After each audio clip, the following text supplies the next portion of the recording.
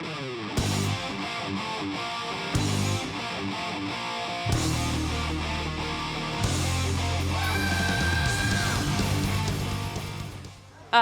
my name is Carson, and I'm from Calgary, Alberta.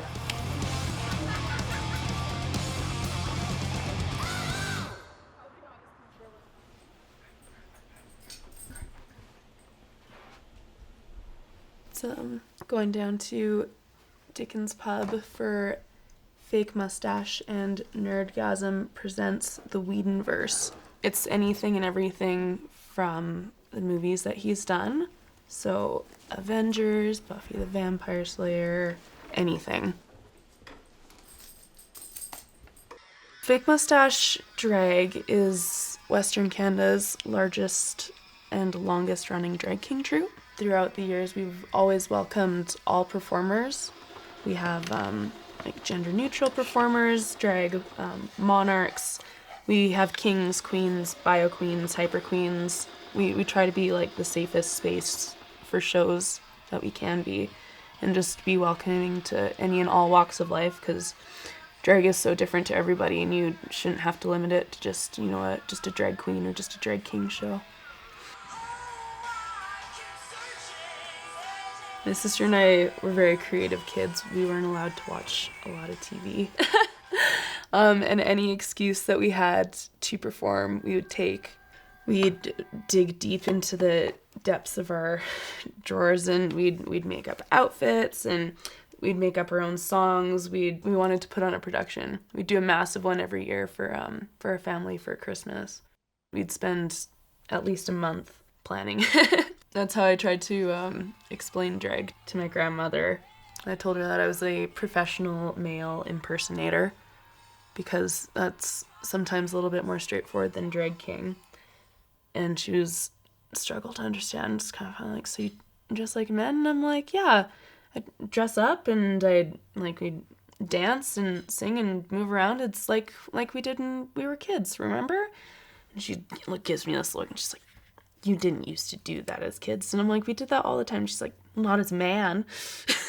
but when it came between my sister and I would always take like the more masculine roles. I was Barry Manilow when we did Copacabana or things like that, silly things. I identify as a woman. As far as sexuality goes, I identify as a pansexual. I don't really care about gender or genitals. I think back to like my very first performance and just how much Duke has evolved and changed, and really I really found my character in drag. It took a long time experimenting, I guess. Gotta find out what works for you.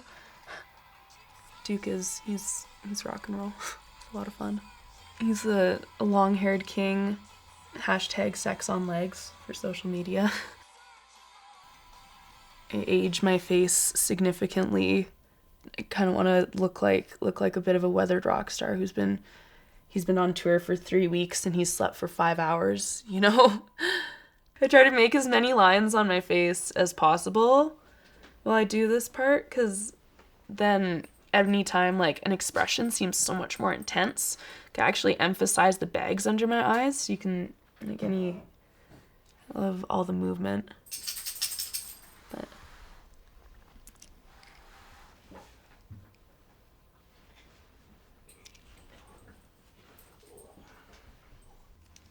so by day, I am a second-year heavy-duty mechanic apprentice.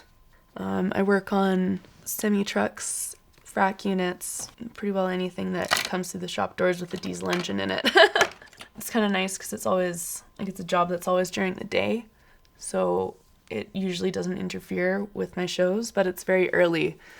So on, weeks when I have multiple shows on the weekdays, I'll do a show, sleep for 5 hours, do a full day at work, do a show, sleep for another 5 hours, and then go to work again. But it's worth every minute of it. It really is.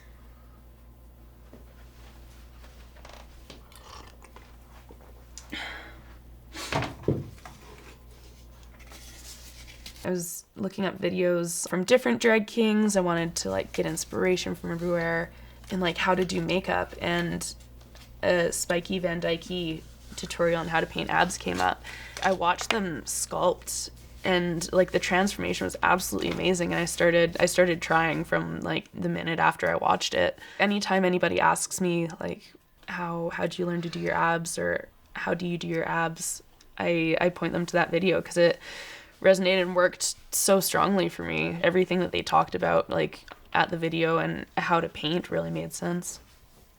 I might have evolved a little bit since, but yeah, the roots are still there. Like Duke is such an essential part of me because he brings things out in my personality and confidence that I don't normally have. So once I get the face done, I can see it, but it's not until the hair comes out and that full Duke kicks in, and walking differently and talking differently just feels right. It's not until the hair's out.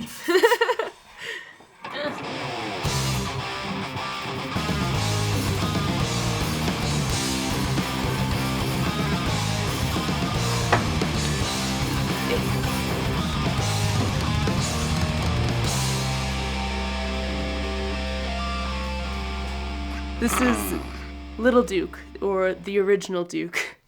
He's been in my life for 13 beautiful years, and he's a little bit grumpy, but he's seen every drag look I've ever done. I took my name from him, and he's always pleasant at rehearsal and gives most excellent feedback.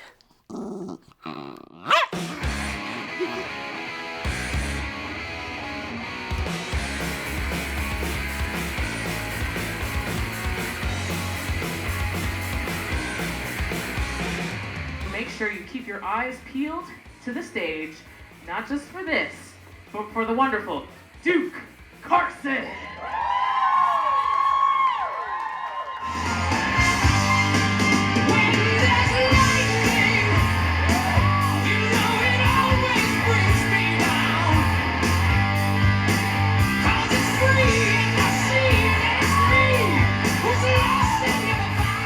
I want to see more drag kings. There's so much media attention and popularity on drag queens right now, and it's an incredible thing.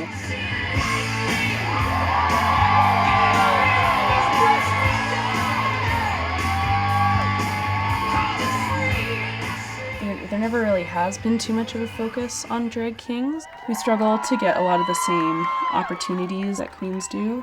And the art of being a drag king is just as every bit of valid as being a drag queen. It's just not perceived that way right now.